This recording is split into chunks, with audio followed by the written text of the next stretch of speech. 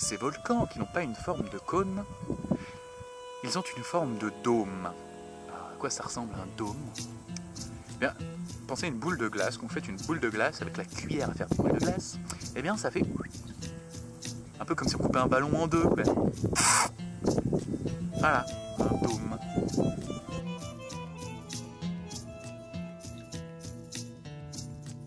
Il y a les cônes et il y a les dômes. Et si on se promène sur un dôme, on va pas tellement les voir parce qu'ils ne sont pas des volcans, quoi. On ne trouvera pas nos belles scories rouges et noires, nos coulées de lave. On trouvera un truc comme ça. Oh, de la pierre blanche. Ah, elle est ni rouge ni noire, elle est grise, blanche. Les dômes, on les appelle aussi des volcans gris. Et on va voir un petit peu ce qu'ils ont de rigolo. Alors si on regarde cette roche de très très près,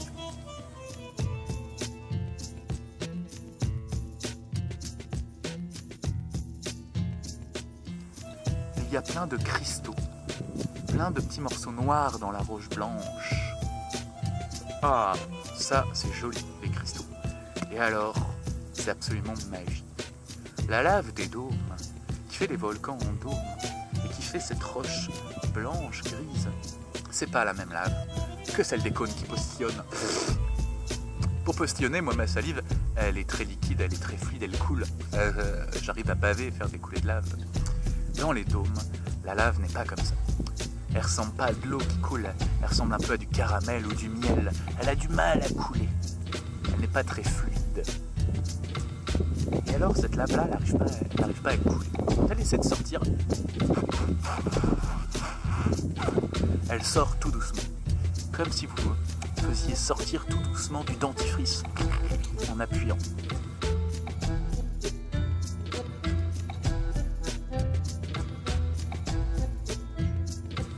Elle va sortir tout doucement et elle va se refroidir extrêmement lentement. Et les roches, quand elles refroidissent tout doucement, il se passe quelque chose de magique.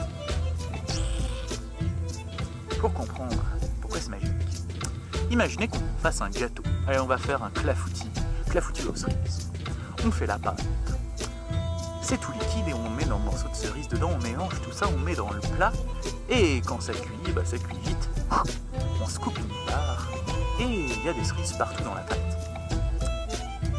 La lave, quand elle refroidit tout doucement, c'est comme notre pâte au début de notre clafoutis. Il y a des morceaux un peu partout, il y a des minéraux un peu partout, tout ça c'est un gros mélange. Mais quand on refroidit tout doucement de la roche, alors, magie, les minéraux, les ingrédients de la pâte, si on les laisse refroidir tout doucement, ils vont pas rester à leur place, ils vont aller retrouver leurs copains. Et ils vont se regrouper, tous dans un coin, et faire un cristal. Cette roche blanche qu'on va retrouver est pleine de cristaux. Parce que les minéraux qui sont dedans ont eu le temps de retrouver leurs voisins et leurs copains pour faire leurs cristaux. Parce que cette roche s'est refroidie tout doucement.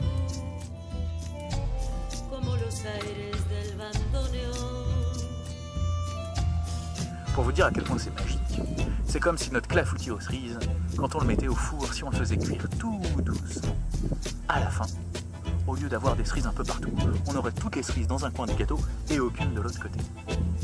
Moi j'aime ça, même si on fait cuire tout doucement notre gâteau. Et pourtant, dans les roches, lorsque la lave refroidit tout doucement, c'est ce qui se passe. Incroyable, non ?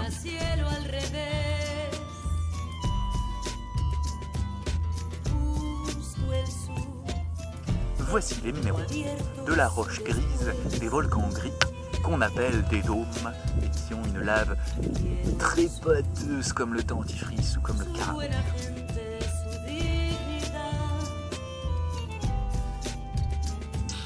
Et pourtant, cette roche-là, j'ai bien trouvé au pied du Ruapero, non d'Oignon. Ce volcan-là, c'est pas un seul volcan, c'est plusieurs volcans qui sont venus les uns après les autres et qui se sont superposés comme un gâteau de mariage. La géologie, c'est comme faire des gâteaux. Si vous aimez bien faire des gâteaux, alors vous aimeriez bien un volcan. C'est pareil, faire des gâteaux.